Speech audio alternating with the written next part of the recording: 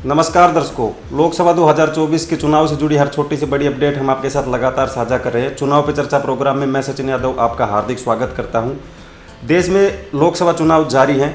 चौथे चरण की वोटिंग 13 मई 2024 को है।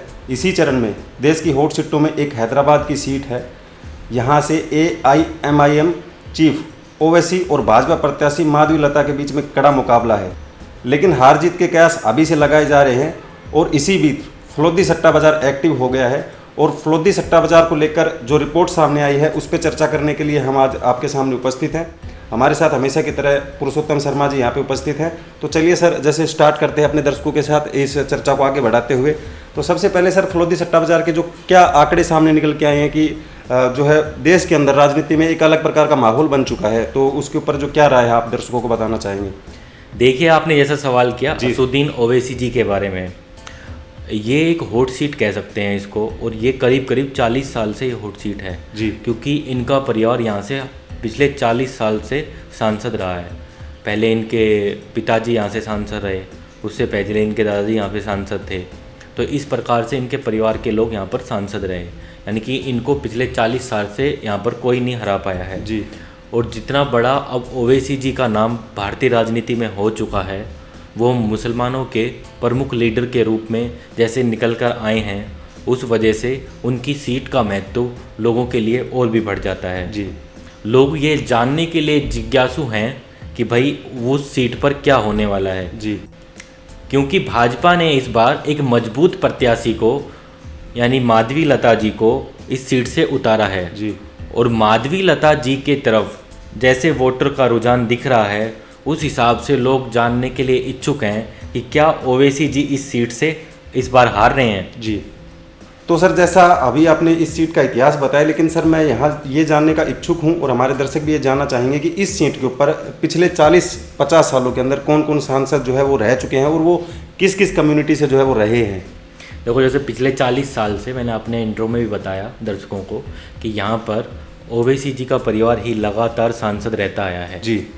वहीं मैं अगर सबसे पहले 1984 से बात करूं जी सर। तो 1999 तक सुल्तान सलाउद्दीन ओवैसी जी यहाँ से सांसद थे। उसके बाद ओवैसी जी के पिता यहाँ से सांसद रहे और 2004 से लगातार ओवैसी जी इस सीट से सांसद रहे हैं जी। यानी कि करीब करीब 40 साल हो गए हैं ओवैसी जी के परिवार को इस सीट पर काबिज रहते हुए, यानी कि ये सीट किसी के भी खाते में अभी तक नहीं गई है। जैसे दूसरा क्वेश्चन आपने पूछा कि फलोदी का सट्टा बाजार क्या कह रहा है, तो आपको बता दूं कि फलोदी का सट्टा बाजार इस बार चौंकाते हुए बता रहा है कि इस बार इस सीट से ओवैसी जी हारते हुए दिखाई दे रहे हैं और माधवीलता जी इस बार इस सीट से विजेता साबित होगी, जो कि पूरे देश में 140 करोड़ दर्शकों के लिए एक चौंकाने वाले नतीजे होंगे अगर परिणाम कुछ ऐसा ही रहता है तो। जी। तो सर, ये बात जो 140 करोड़ की आपने बात की, वो तो बिल्कुल चौंकेंगे। यहाँ पे जो है जब हमारे सामने रिपोर्ट आई थी तो हम भी ये देखकर जो है चौंक गए थे। तो सर, जैसा आपने दर्शकों को बताया कि माधवीलता जी जो है इस सीट से खड़ी हैं और कहीं ना कहीं फलोदी सट्टा बाजार उनको विजय दिखा रहा है, यानी कि भाजपा की तरफ ये सीट जो है अपना रुख करती हुई दिखाई दे रही है फलोदी सट्टा बाजार के आधार पर।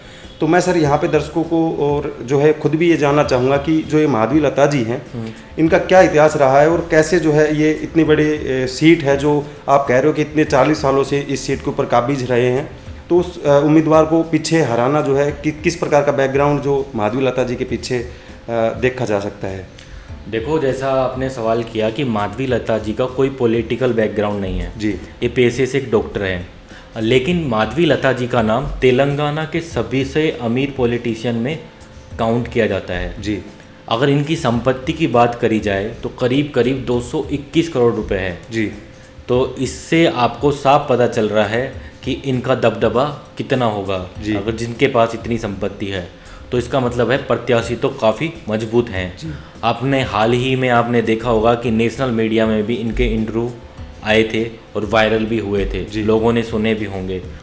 अगर ये वहाँ से जीत हासिल करती हैं तो मेरे लिए, आपके लिए और हर एक दर्शक के लिए चौंकाने वाले नतीजे होंगे। उससे ज़्यादा चौंकाने वाले नतीजे ओवैसी जी के लिए होंगे। तो सर, जैसा आपने दर्शकों को बताया, तो फिलहाल जो है हम इस चर्चा को यही समाप्त करते हैं।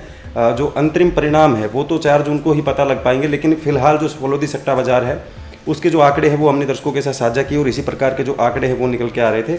फिलहाल जो है मैं आपसे लेता हूँ विदा। मैं एक बात दर्शकों से कह दूं कि हम इन आंकड़ों की कोई पुष्टि नहीं करते। फलोदी सट्टा बाजार ने इन आंकड़ों को जारी किया है। हमने आपको जैसे आंकड़े उन्होंने जारी किए हैं वैसे हमने आपसे साझा कर दिए हैं। और फलोदी सट्टा बाजार का जो इतिहास है वो भी एक बार जो है दर्शकों को दोबारा से जो है बताने देखो, फलोदी सट्टा बाजार का इतिहास कम से कम 500 साल पुराना है और ये एशिया का सबसे बड़ा सट्टा बाजार है जी।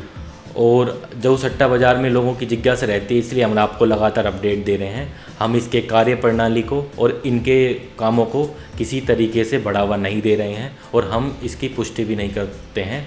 असली परिणाम 4 जून को ही आएंगे, लेकिन लोगों को जानने के इच्छुक हैं, लगातार कमेंट्स मिल रहे हैं, इसलिए हम आपको लगातार अपडेट देते आ रहे हैं। जी, तो फिलहाल हम लोगों से जो है जाने की आज्ञा लेते हैं और आज की जो चर्चा है वो यहीं समाप्त करते हैं। मैं था आपका होस्ट सचिन यादव और हमारे साथ थे हमेशा की तरह सर पुरुषोत्तम शर्मा जी। अगर आपको ये वीडियो अच्छी लगे, ये हमारी चुनाव पे चर्चा प्रोग्राम अच्छा लगे तो आप हमें कमेंट करके बता सकते हैं और हमारे जो है कामों को आप बता सकते हैं कि कहाँ पे जो है सुधार करने की या कहाँ पे कमी जो है आपको हमारी दिखाई दे रही है। साथ ही आपके अनुसार इस सीट से कौन विजेता हो सकता है उसके बारे में कमेंट लिखकर ज़रूर बताएं। फिलहाल हम लेते हैं आपसे विदा। मुलाकात होगी अगले ही प्रोग्राम के अंदर। धन्यवाद। ऐसी ही और खबरों से हमेशा अपडेट रहने के लिए चैनल को सब्सक्राइब कर लीजिए और वीडियो पसंद आया हो तो लाइक और शेयर करना ना भूलें।